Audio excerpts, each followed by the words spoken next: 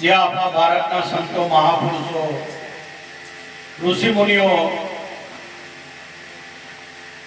જે કઈ સ્વની અનુભૂતિ ઈશ્વર પ્રાપ્તિનો માર્ગ બતાવી ગયા છે તે આદિ અનાદિનો માર્ગ છે. આપણા ભારતના ઋષિ મુનિ સંતો મહાપુરુષો જે માર્ગે ચાલ્યા અને એમની ઈશ્વરની અનુભૂતિ થઈ એ માર્ગ તમને મને આશીર્વાદ રૂપે આદિ અનાદિથી ચાલ્યો આવે છે. આજે પણ આ રસ્તા પર ચાલીને પૃથ્વી પરના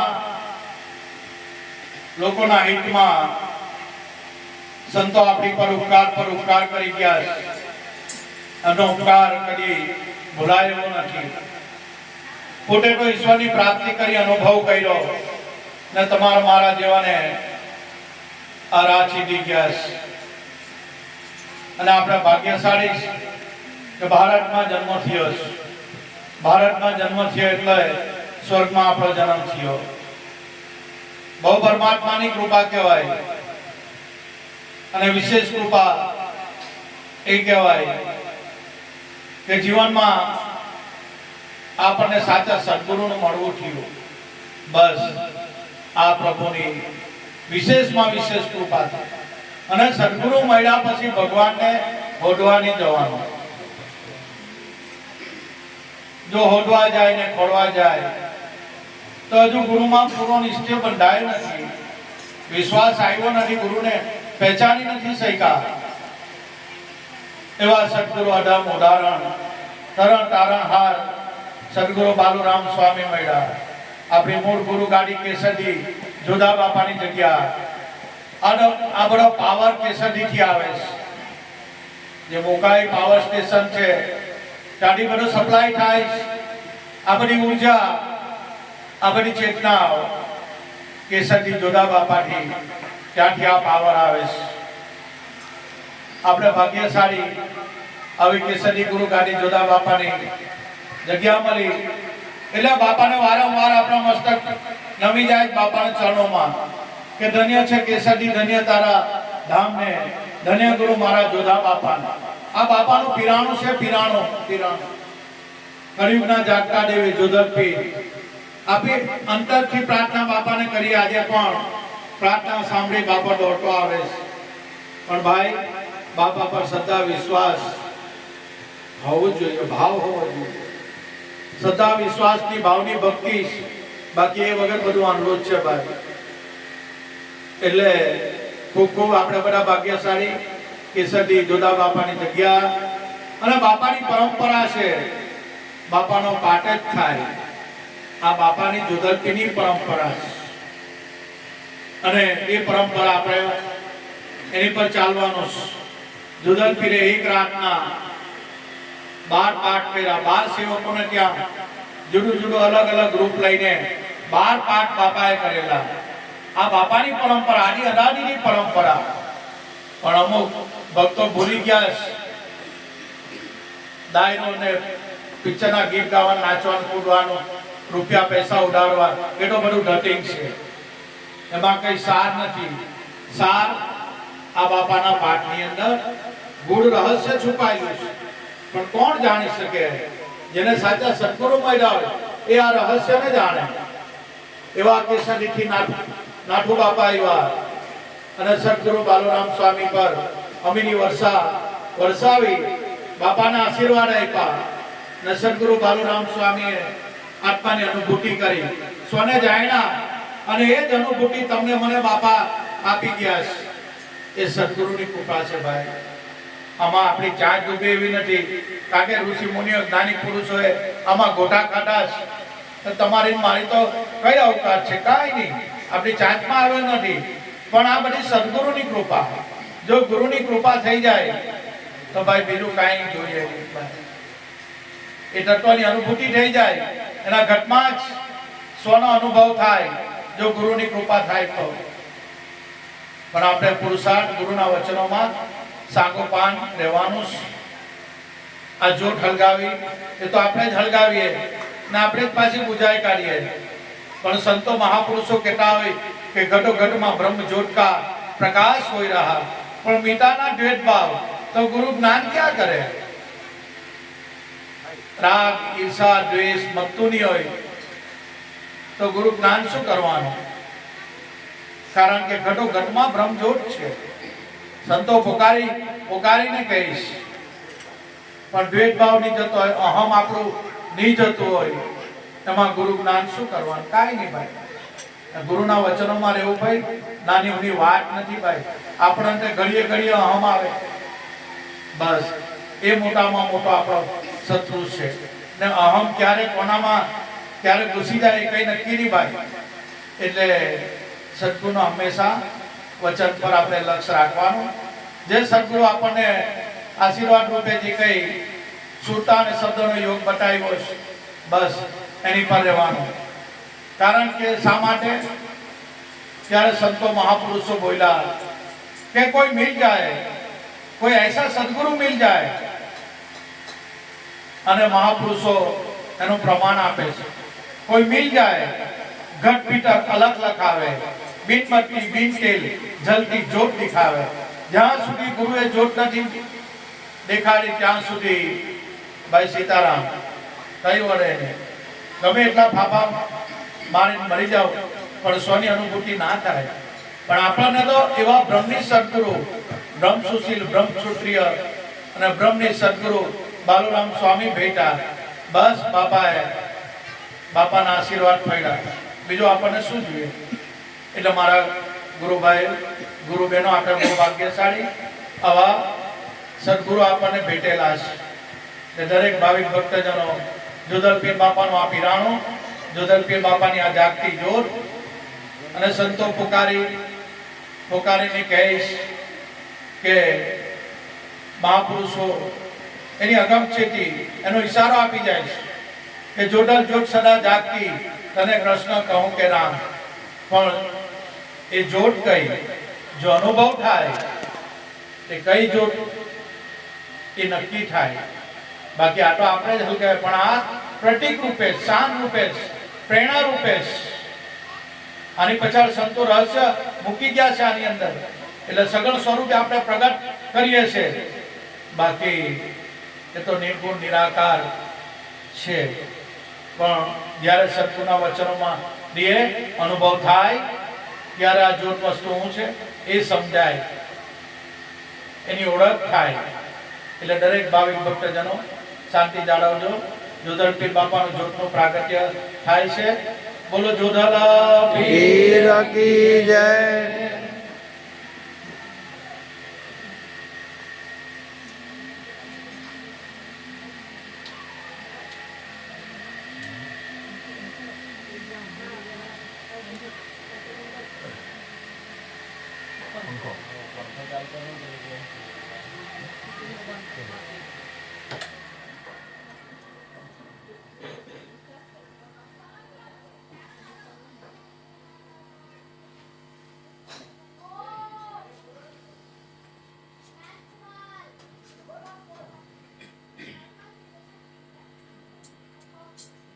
बोलो जय जय जोधल पीर की जय, सत्य गुरु देव की जय, बालूराम स्वामी की जय, नथुराम स्वामी की जय, ज्योतिश्वर भगवान की जय.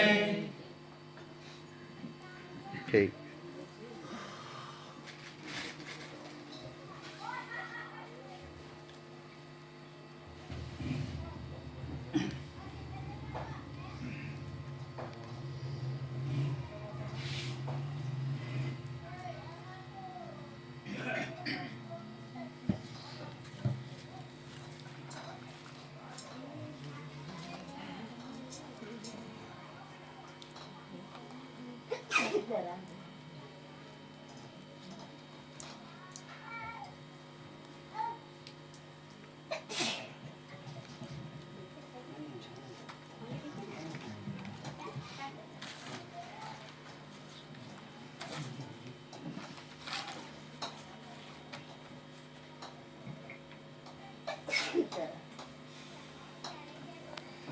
દરેક ભાવિક ભક્તજનો એકબીજાને મોટી આપી દે. જ્યોતના સતત મોર મંડળ સાથે જોડાયેલા છેલ્લે લગભગ ગુરુ પૂર્ણિમા વખતે મોર આવેલા એમના બનેવી જોડે અને કે બાપા દરિયા કિનારે જવું છે, અમને જોવા લઈ જાઓ. અમારા એક ભક્ત એમને ફરવા લઈ ગયા, જોયું બાપાના આશ્રમમાં બધું નિરીક્ષણ કર્યું, બધું સતત મોર મંડળ સાથે જોડાયેલા અને ખૂબ સેવા ભાવી. ઘરમાં પણ એનું એવું જ, ઘરમાં તો ઠીક છે, અમને પણ મોર મંડળને પણ ખોટ પડીશ કે આપણા આવા સજ્જનો સેવાભાવી વડીલ ગુમાવ્યા છે. આપણને બધાને અફસોસ દુઃખ તો થાય, પણ આ તો પ્રભુની કળા ભાઈ. જે પ્રભુને કહ્યું એ મંજૂર રાખવું પડે. ભીખુભાઈ મંડળને તો ઘણીવાર હેલ્પફુલ થતા જ મોર આવીને કંઈક ને કંઈક પ્રસાદી, કંઈ ને કંઈક એમની સેવા જે કરવાનું હતું અચૂક કરતા જ, કોઈ દાડો ચૂક્યા નથી. મંડળ તો ઠીક છે, ઘરમાં પણ ભીખુભાઈનું એવું બધા ભાઈઓ સાથે મળીને બધાને હેલ્પ કરતા. ઘર તો ઠીક છે, પણ ભીખુભાઈનું નામ સમાજમાં પણ ઉજળું છે. આજે એના સમાજ પણ યાદ કરે છે, કારણ કે એવા કાર્ય કર્યા છે એમણે. એવી સામાજિક પરિસ્થિતિ એમણે, એમના દિલમાં જ એવો ભાવ. એમને તો ધન્યવાદ, પણ એમના માતા પિતાને પણ ધન્યવાદ છે. કાયમ પાછા હસતા, કોઈના નારાજગી નહીં. કંઈ પણ બાપાનું કામ કરવાનું તો સેવા કરવા તત્પર તૈયાર રહે. કેવા ભીખુભાઈ હતા આપણે સૌ જાણીએ છીએ, અને સ્વભાવ પણ એ રીતનો છે. અને છેલ્લે તો એવી પ્રવૃત્તિ ચાલુ કરી, સ્કૂલે જઈને પ્રચાર કર્યો, છોકરા બાળકોને સમજાવવું મૂકવો. છેલ્લે મોર ગામમાં આવેલા, મને કે બાપા આપણે હાઈસ્કૂલની મુલાકાત લેવી, છોકરાઓને કઈ રીતે જીવન જીવવું એનું પણ આપણે એનાથી વાકેફ કરવાના છે. મેં તો ચોક્કસ ભીખુભાઈ તમે એક દાડો ટાઈમ લઈને આવો, આપણે વડીલો સાથે સ્કૂલોમાં ગઈએ અને જે કંઈ તમારે પીરસવાનું હોય, જે કંઈ ગાઈડન્સ આપવાનું હોય, યુવાન મિત્રોને સંદેશો આપજો. અને એ સમયમાં આવું થયું. જે ભગવાનને ગમ્યું એ ખરું, આપણે બધાએ સ્વીકારી લેવાનું. આ કાયા કોઈની અમર નથી, તમારી મારી કોઈની કાયા અમર નથી. અમર કાયા લઈને કોઈ નથી આવવાનું. આ શરીર તો તમારે મારે ત્યજવું જ પડે. ભગવાન જેવા ભગવાન અવતારી પુરુષ રામ, કૃષ્ણ, રમાપી, આ બધા અવતારી પુરુષ, એમને પણ શરીર ત્યજી દેવું પડ્યું, કારણ કે કુદરત સાથે તાલમેલ કરવું જોઈએ, એ મંજૂર રાખવાનું. એટલે 2 મિનિટ ભીખુભાઈની જેટલી વાતો કરીએ એટલી ઓછી પડે. આજે સમાજને એમની બહુ ખોટ છે. આવા પુરુષો મળવા, આવા સેવાભાવી વડીલો મળવા બહુ દુર્લભ છે અત્યારના ભૌતિક જમાનામાં. કારણ કે એમણે બીજા માટે જ બધું જાન આપી દીધી છે. કોઈને સ્કૂલમાં ભણાવવા ગણાવવા ફી ભરવી, કોઈને ચોપડા પુસ્તકોમાં લઈ આપવું, કોઈની પરિસ્થિતિ ખરાબ હોય તો દવા દારૂના ખર્ચા, આ તે બધું અમારી ભીખુભાઈ જોડે ઘણીવાર ફોન પર અને રૂબરૂ મળતા વાતો થતી. ખૂબ ખૂબ એમને ધન્યવાદ છે. એમના માતા પિતાને ખૂબ ધન્યવાદ છે કે આવા ચિરંજીવની અંદર આવો પ્રેમ ભાવ, આવી સેવાકીય પ્રવૃત્તિ ભાગ્યે જ હોય. અને પાછા નિયમના પાક્કા. આપણે જાણીએ એમને જે બાબા સાહેબ આંબેડકરનું જે સંવિધાન, એક એક વસ્તુ એમને મળે અને કહેતા શિક્ષિત બનો, સંગઠિત બનો, પુરુષાર્થ કરો, એકબીજાને સાથ સહકાર આપો. આ બાબા સાહેબ આંબેડકરનો ફેટો માથે બાંધીને ભીખુભાઈ નીકળેલા હતા. બહુ સેવા ભાવી. એમની વિશે જેટલી વાતો કરી એટલી ઓછી. પણ પ્રભુને, ભગવાનને એટલી પ્રાર્થના કે પ્રભુ તમારા સામે જે કંઈ મુમુક્ષ આત્મા બંધુ આવ્યા છે એમને શાંતિ આપજો, તમારા શરણોમાં લેજો, એમની સદગતિ થાય એવી આપણે 2 મિનિટ એમને શ્રદ્ધાંજલિ અર્પણ કરીએ, મૌન પાડીને શાંતિ પ્રાર્થના કરીને આગળના જે કંઈ કાર્યક્રમ છે એ ગુરુ કૃપાની ઉપર આધારિત છે. બાપાની કૃપાથી એ કાર્યક્રમ આપણે આગળ વધારવાનો છે. સૌ પ્રથમ ભીખુભાઈને શ્રદ્ધાંજલિ, 2 મિનિટ મૌન પાડી અને બાપાને શાંતિ પ્રાર્થના કરીએ. બોલો સત્ય ગુરુ દેવ કી જય. જય જય જોધારા વીર કી. સંત ફકીરો દેવી દેવતા ધરતા ગુરુ કા જ્ઞાના સગળે નામ તળા. આ નામનું નિશાન દરેક જગ્યાએ પડેલું છે, પણ આપણા ચામડાની આંખે દેખાય નહીં. જો દિવ્ય દ્રષ્ટિ પ્રાપ્ત થાય, સદગુરુની કૃપા હોય તો નામનું નિશાન દરેકે ઝળકી રહેલું છે. કોઈ જગ્યા ખાલી નથી એની વગર. દરેક જગ્યાએ વસ્તુ પડેલી જ છે, પણ અજ્ઞાન ચક્ષુ છે ત્યાં સુધી એ આપણને અનુભવમાં નહીં આવે. પણ જ્યારે અનુભવ કરીએ, સદગુરુની કૃપા થઈ જાય તો 100 ની અણી જેટલી જગ્યા ખાલી નથી. દરેક જગ્યાએ વાળો વસી રહ્યો છે. દરેક જગ્યાએ છે એક બ્રહ્મ દ્વિતીય નાશ, બસ બીજું એની સિવાય કાંઈ છે જ નથી.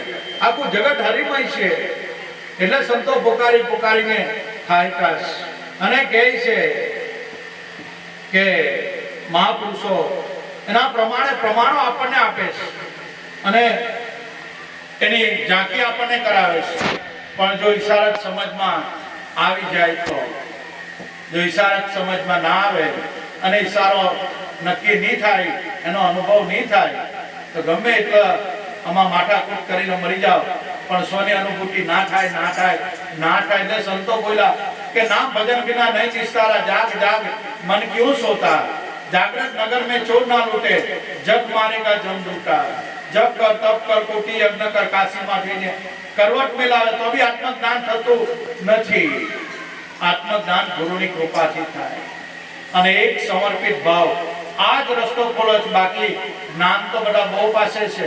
2-3 કલાકો બોલવો હોય તો 4-4, 5-5 કલાક બોલનારા પણ છે, પણ એને શું કરવાનું? પોપટિયા જ્ઞાનને એનો કોઈ મતલબ નથી. બોલવાથી કંઈ જ્ઞાન નથી થઈ જતું ભાઈ. આ તો અનુભવ જ્ઞાન છે. સંતો અનુભવ જ્ઞાન કટી ગયા છે, અનુભવ મૂકી ગયા છે. પોતાનું નિચોડ ગાય બજાય હરી નહીં મળે, સૌ કોઈ ગાવા જાય. આ વસ્તુ તો અનુભવમાં રહેલી છે. અને જો જ્ઞાન થઈ ગયું, એમાં અભિમાન આવ્યું તો બી પડી ગયા, સમજી લેવાનું. અભિમાન કોઈ કાળે છૂટે એમ નથી. એ ગુરુની કૃપાથી જ જાય. બાકી સહેજ બી વાણી વર્તન તો ઠીક છે, પણ મનમાં બી અભિમાન આવી ગયું ને તો બી વાત પૂરી થઈ જાય. આ ખાંડાની ધાર એટલા માટે કે મનમાં બી કચરું કે અભિમાન આવી ગયું ને, હું પદ આવી ગયું ને. એટલે ભક્તિ એ વિવેક મર્યાદાની છે. મર્યાદાની ભક્તિ છે. એ દેખાવની ભક્તિ નથી ભાઈ. દેખાવની ભક્તિ નથી. મારા જેવા લાલ કપડા પહેરીને, માળા પહેરીને આવે, ફેટો પહેરે, એનાથી ભક્તિ નહીં થાય. તો દેખાવની ભક્તિ છે. પણ આ સંતોના પહેરવેશ છે એટલે સંતોએ રીત પાડે છે. બાકી દેખાવની ભક્તિ ને, ભક્તિ તો ભીતરની છે. જ્યાં સુધી મંદડું રંગાયા વિના આ ભક્તિ નહીં ભાવે. બાહ્ય દેખાવથી આપણામાં અભિમાન આવે, બાહ્ય દેખાવ કરવાથી.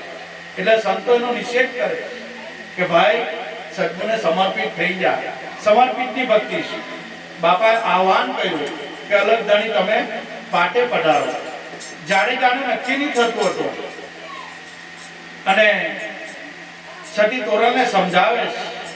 સતી તોરલ એને સમજાવે, જાડેજા આ વનમાં ફરે મોરલો, એની અંદર મારો સાહેબો. આ વનમાં ફરે મોરલો, જે મોરલો બોલે એની અંદર મારો સાહેબો. ત્યારે જાડેજા ના પાડી કે સતી ગુરુ મહારાજ, મને મોગલામાં ને મોરલામાં ભગવાન જેવું કઈ લાગતું નથી. મને ઓરલી વાત નહીં, મને પ્રેક્ટિકલ કરાવો. આ તો ઓરલી તમે કીધું, ચાલો હું માની લઉં, પણ જ્યાં સુધી મને પ્રેક્ટિકલ નહીં થાય ત્યાં સુધી મારા અંતરને હાસ નહીં થાય. ત્યારે સતી તોરલે એને પ્રેક્ટિકલ કરે અને જાડેજાને કીધું, જાઓ ગઢગંગાને બોલાવો, પંચમ્યો પાઠ કરાવો. અને પાઠ પર બેસીને આ જાડેજાને અનુભવ કરાવે. જાડેજાને નક્કી કરાવે પાઠ પર બેસી. જો આ ભારતના સંતો છે, મહાપુરુષોનો આ સમાગમ છે. અને ગઢગંગા બોલાવીને જાડેજાને નક્કી કરાવે કે જાડેજા એ જે મુગલામાં એ જે અવાજ કરે છે, જે મોરલામાં જે અવાજ થાય એ જાડેજા એને નક્કી કરનાર, એ અવાજ કરનારો કોણ છે? આ તો તમારું મારું પાંચ તત્વનું આ પિંજરું છે, આ પાંચ તત્વનું આ શરીર છે, પણ એમાં શબ્દ અવાજ કરનાર કુદરત પોતે છે. બીજો કોઈ ભગવાન નથી, બીજો કોઈ ઈશ્વર નથી, બીજો કોઈ આત્મા નથી. બસ એ સ્વયંભૂ બોલી રહેલો છે. એ પોતાની ઓળખ પોતે જ આપે છે. આત્મા એ કોઈ અનુમાન નથી કે આવો આત્મા તેવો આત્મા, એ અનુમાન આમાં ચાલે નહીં. પ્રગટ આ તો દેવ, પ્રગટ દેવ આપણા ઘટમાં બોલી રહેલો. પણ સદગુરુ બાલુરામ સ્વામી મળ્યા ત્યારે બાપાએ કીધું કે તારા ઘટમાં જોઈ લે કોણ છે. તારા ઘટમાં જે ઓમ સોહમ ચાલે અને જે બે ભેગા મળીને જ્યોત પ્રકાશ થાય, બસ આ સમજી જા, સમજી જા, સમજી જા. આ બાપાની શાન છે. એ બે મળીને જે કઈ સ્વયં જ્યોત પ્રકાશ પ્રગટ થાય છે, તારું જ સ્વરૂપ છે. પણ અનુભવ વગર ભાઈ આ વાત સમજાતી નથી. એના માટે અભ્યાસ કરવો પડે, સદગુરુના વચનોમાં સાગોપાન રહેવું પડે. એટલે બાપાએ આ ચોખવટ કરીશ, સદી તુરલ પણ આ ચોખવટ કરીશ કે અધણી તારા નામનો પાઠ, નામનો પાઠ, નામનો ઠાઠ, આ નામની જ્યોતિનો પ્રકાશ, પ્રેમરૂપી પ્રકાશ છે, સ્વયંભૂ છે. ને કબીર સાહેબે સાચી ચોખવટ કરી, એકદમ આખા જગતના કલ્યાણ માટે કબીર સાહેબે લેખ પર મેઘ મારી દીધા અને આખા જગતને દંડેરો પીટાવી દીધો કે આ સોહમ બ્રહ્મ અગાધ હે, નીપે છીપે નહીં કોઈ. આ ઘટો ઘટમાં, દરેકના ઘટમાં આ વસ્તુ થઈ રહેલી છે. પણ કોઈ અનુભવીને આ વાત રુચિકારક લાગે, બાકી ઉપરથી જ હે કે ઘટો ઘટમાં આ વસ્તુ રમી રહેલી છે. ને સાહેબે આ તો સાહેબના વાક્ય છે. સાહેબ બોલ્યા કબીર સાહેબ અને કીધું કે સોહમ બ્રહ્મ અગાધ હે, નીપે છીપે નહીં કોઈ. ઘટો ઘટમાં પરગટ રમરા, એને ચીને વિલા કોઈ કહે. બસ સાંભળનારા હજારો, આચરણના મૂકનારા એક જ એક. સમજે વિચારી લેવાનું છે. કારણ કે આ વસ્તુ તો ઈશારામાં છે. સદગુરુનો ઈશારો સમજાઈ જાય, અનુભવમાં આવી જાય, જો જન્મો જન્મના ફેરા કરી જાય. અને બાપાએ આ ભજન પછી પ્રભુની પધરામણી થઈ અને બાપા બીજું ભજન બોલ્યા કે પ્રભુ તમે ભલે પધાર્યા અને ભલે પધાર્યા. એમ કરી બાપા બીજું આહવાન કરે અને કહીશ હા જે અવસર આજે આપણે બધા ભેગા થવાનું થયું એ સદગુરુની કૃપા છે. બાપાની કૃપા હોય તો ભેગા થવાય, બાકી કૃપા વગર તો કંઈ થતું નથી. આજે જ આપણા વડીલ ગુરુભાઈ ભીખુભાઈના ઉત્તરક્યા નિમિત્તે જે કઈ જોધલપીર બાપાનો પાઠોત્સવ રાખવામાં આવ્યો છે. જેણે આ જોધલપીર બાપાનો પાઠ કરાયો એની અંદર બધી જ સગળી ક્રિયા આવી જાય છે.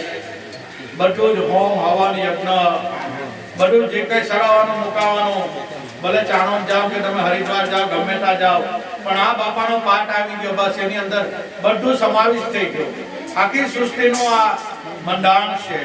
બધી એમાં ક્રિયા, બધું એમાં આ બધું આવી ગયું. જ્યાં બાપાની જોત ફરહરે બસ વિશ્વાસ શ્રદ્ધા હોવી જોઈએ, બાકી આની અંદર બધું સમાવિષ્ટ થઈ જાય છે. પણ આપણે સમાજમાં રહીએ એટલે સમાજ સાથે રહેવાનું, સમાજના જે કઈ નીતિ નિયમો છે એનું પાલન કરવાનું અવશ્ય. એટલે એ રીતે બી આપણે કરી શકાય. પણ સંતો મહાપુરુષો આની અંદર બધું સમાવિષ્ટ થઈ જાય છે. એ રીતનો આપણને એનાથી વાકેફ કરે છે. બાપાનો પાઠ મંડાયો જોધલપીર બાપાના દરબારમાં આપણે સૌ બેઠા જ્યોતની છાયામાં આપણો અહીંયા બાપાનું પધરામણી થઈ. ખરેખર ખૂબ ખૂબ એવા, હવે ભીખુભાઈ માટે મારી પાસે કોઈ શબ્દ નથી. એવા એમના આપણે જાણીએ સેવાકીય પ્રવૃત્તિ ઘણી અગાધ પાછી અહીંયાની સમાજથી માંડીને એવું નહીં કે સમાજના બીજા એના માનવીને બહુ સહાય કરીશ. બહુ સામાજિક પ્રવૃત્તિ, આર્થિક, આ જે કંઈ એમને ધાર્મિક પ્રવૃત્તિમાં સેવા બજાવીશ. ખરેખર એના વખાણ નથી આપણે કરવું, પણ જે રિયાલિટી, જે વાસ્તવિક સત્ય એને જાહેર કરવામાં કંઈ વાંધો નથી. કારણ કે એવું એનું જીવન હતું. કેટલું જીવા, 110 120 વર્ષ જીવા એ મોટું જીવન મહત્વનું નથી, પણ કેવી રીતે, કેવું જીવન જીવા, ભલે 50 60 70 વર્ષ જીવા, પણ એને જીવન કેવી રીતે જીવા એ મહત્વનું છે. આપણે જીવનમાં બીજાને કઈ રીતે સહાયભૂત થયા એ મહત્વનું છે. બાકી લાખો કરોડપતિ હોય, ગમે તેટલો એ 100 વર્ષ જીવતો હોય, 150 વર્ષ જીવતો, પણ એનો કોઈ મતલબ નથી. આપણે બીજા માટે કેટલું બલિદાન આપ્યું છે. અમારા બાપા કહેતા, ગુરુ મહારાજ બાલુરામ સ્વામી, અને એના ભજનોમાં પણ બાપા અમને એનાથી વાકેફ કર્યા છે. અને બાપા ઘણીવાર અવારનવાર ભજન ગાતા ત્યારે સમજાવતા કે આ દેહ ભાવ છૂટે એવો નથી. ગમે એટલું કરો પણ દેહ ભાવ છૂટે એવો નથી.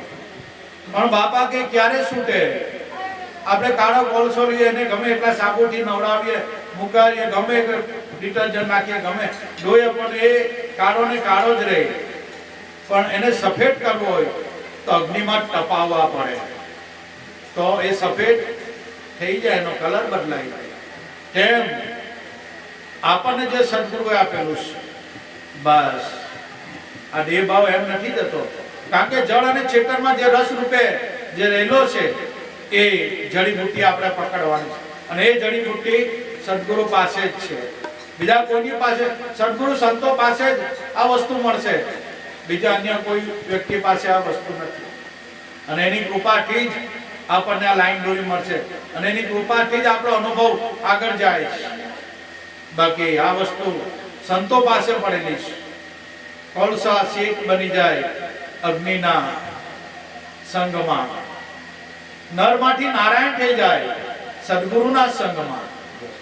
નારાયણ રૂપ જ છે આપણું, પણ વચ્ચે પડદો આવી ગયો છે, અને એ આવરણનો પડદો સદગુરુ સંતો સિવાય કોઈ કાઢી, ત્રીજા વ્યક્તિ કોઈ કાઢી શકે એમ સક્ષમ છે જ નથી. સંતો સદગુરુ જ આપણને એનાથી વાકેફ કરાવીને અનુભવ કરાવે. એટલે બાપા કે જિંદગી એવી જીવજો જેમ દુઃખ સળી થાય, અને બીજાના માટે, આપણા માટે નહીં.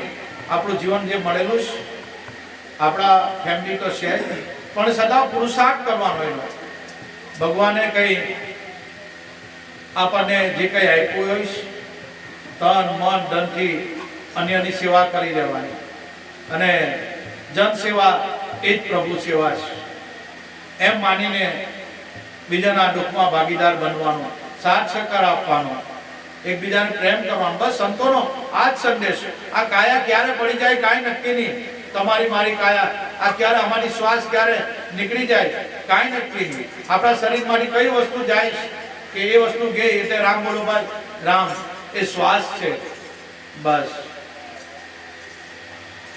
પણ એ શ્વાસમાં જ યુક્તિ, સંતો જે યુક્તિ બતાવે છે, બસ સ્વની અનુભૂતિ કરવાનો માર્ગ એની અંદર સંતો મહાપુરુષો સદગુરુ બતાવે.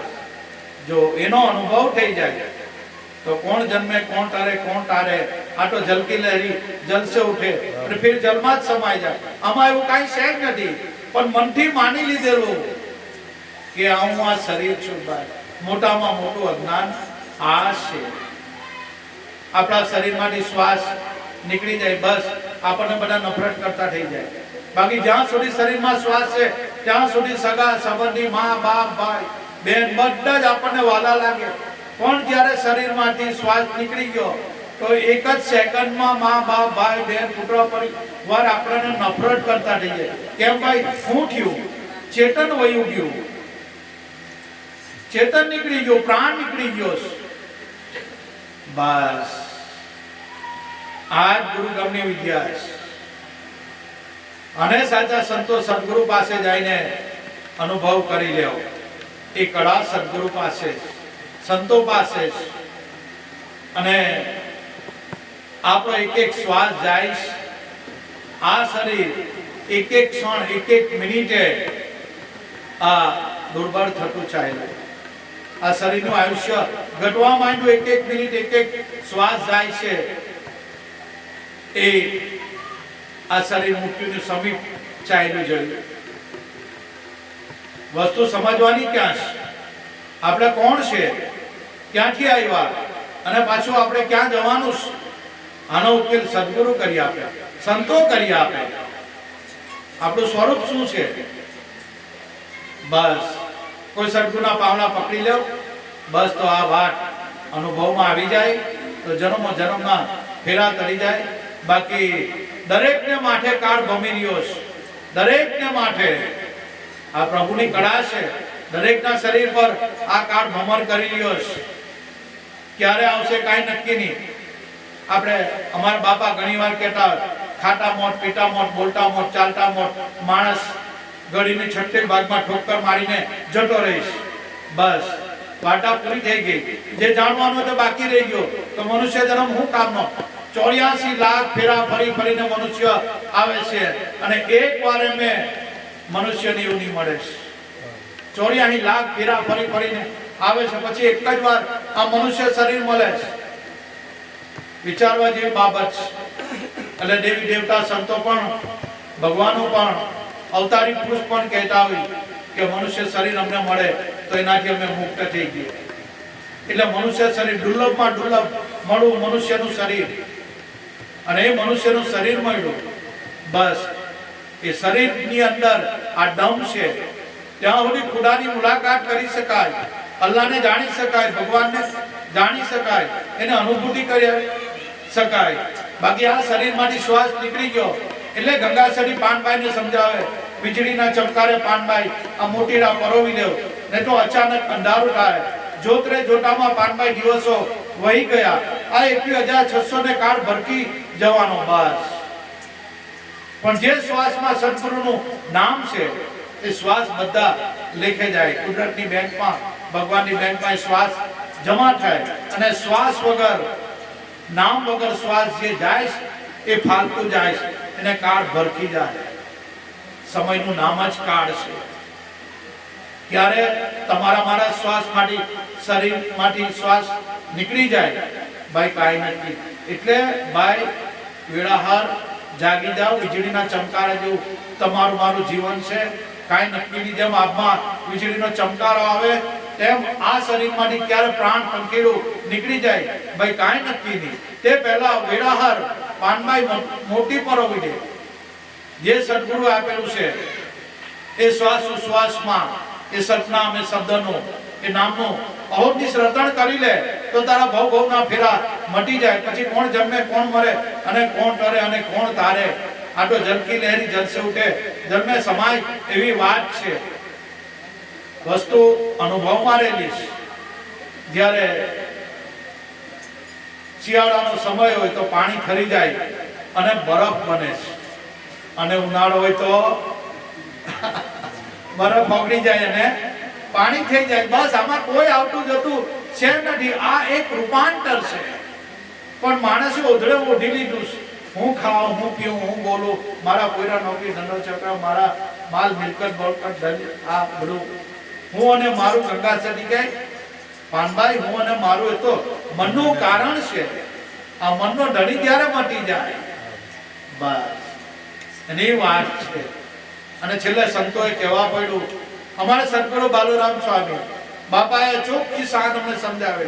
અને આજે જોધલ દિવ્ય પ્રકાશ એ પુસ્તકની અંદર બાપાએ આ જાહેર વસ્તુ લખેલી છે, પણ હજુ કોઈ વાંચી નથી. વાંચેલી છે પણ મનન નિધિધ્યાસ કર્યું નથી, ઉપર સલું. બાકી બાપાએ વાત લખેલી છે, આત્મદર્શન કેવી રીતે થાય. અને આખા શરીરમાં આપણે બધા જાણીએ ભગવાન ક્યાં છે એ બી બાપાએ ચોપડીની અંદર લખેલું, પણ ધ્યાનથી કોઈ વાંચી નથી. આ શરીરમાં ભગવાન છે, આપણે બધા જ છે, પણ અમારા સદગુરુ બાલુરામ સ્વામીએ નક્કી કરીને ચોપડીની અંદર લખેલું છે કે ભગવાન અહીંયા છે.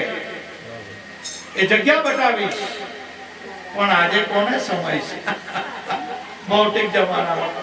આ સંતોની કળા છે. બાપાએ ચોખ્ખી જાહેર કરેલું છે. કારણ કે સંતો ઉપકારક હોય, એને દિલમાં દયા હોય કે કોઈ જાગી ઉઠે. આમાં કોઈ જાગી ઉઠે આ જોડલ દિવ્ય પ્રકાશ એ કોઈની પાસે ચોપડી ના હોય મોર મંદિરથી મફત આપવામાં આવે છે, લઈ જજો. આપણી મંજિલ નક્કી થાય. બાપાનું રહસ્યને અનુભવ કરજો. બાપાએ રહસ્ય પીછેલું અંદર, પણ ધ્યાનથી વાંચી મનન નિધિધ્યાસ કરીએ તો આ વાત અનુભવમાં આવે. અને તે પ્રમાણે ભાઈ પુરુષાર્થ કરે તો, અભ્યાસ કરીએ તો. ઘટમાં છે પ્રભુ, ઘટમાં છે. જેમ દૂધની અંદર ઘી છે પણ ઘી દેખાતું નથી, તેમ આ શરીરની અંદર પરમાત્મા મોજૂદ છે પણ આવરણના લીધે આપણને એનો અનુભવ નથી થતો. છે પરમાત્મા તો હાજરા હજુર છે. ભગવાનને કાં હોડવાઈ જવાનું? કઈ ભગવાન કઈ ખોવાઈ ગયો? પહેલેથી પ્રાપ્ત જ છે, પણ તકલીફ શું છે? આવરણ. કોનું આવરણ? મનનું આવરણ. મન કે મટે મત ચાલીએ, મન કે મટે અને જો મન પર સવારી કરે वो विला कोई एक जो. આ સદગુરુની વાત છે. ને સદગુરુ એટલે બીજા કોઈ નહીં, આપણા ભગવાન. જો નક્કી થાય તો કે આ કાળા ચામડાનું શરીર જ છે, બીજું કાંઈ નહીં, પણ એ શરીરની અંદર પરમાત્મા મોજૂદ છે. અને આ વાત સદગુરુ સંતો પાસે જઈને અનુભવ કરી દેવાનો. જન્મ મરણના ફેરા ઠરી જાય. દૂર દૂરથી ભાવિક ભક્તજનો આવ્યા છે, બાપાના ભજનો ગાવાના છે. બહારથી પણ બારડોલી ગામના જે કંઈ ભાવિક ભક્તો ભજન ગાતા હોય, બાપાના દરબારમાં આવજો. બધા બબે ભજન ગાઈને સંતુષ્ટિ કરી દેવાની. ગાનારા બહુ છે. બોલો સત્યગુરુ દેવ. બાપા સર્વનું કલ્યાણ કરે. બસ એ જ બાપાને પ્રાર્થના.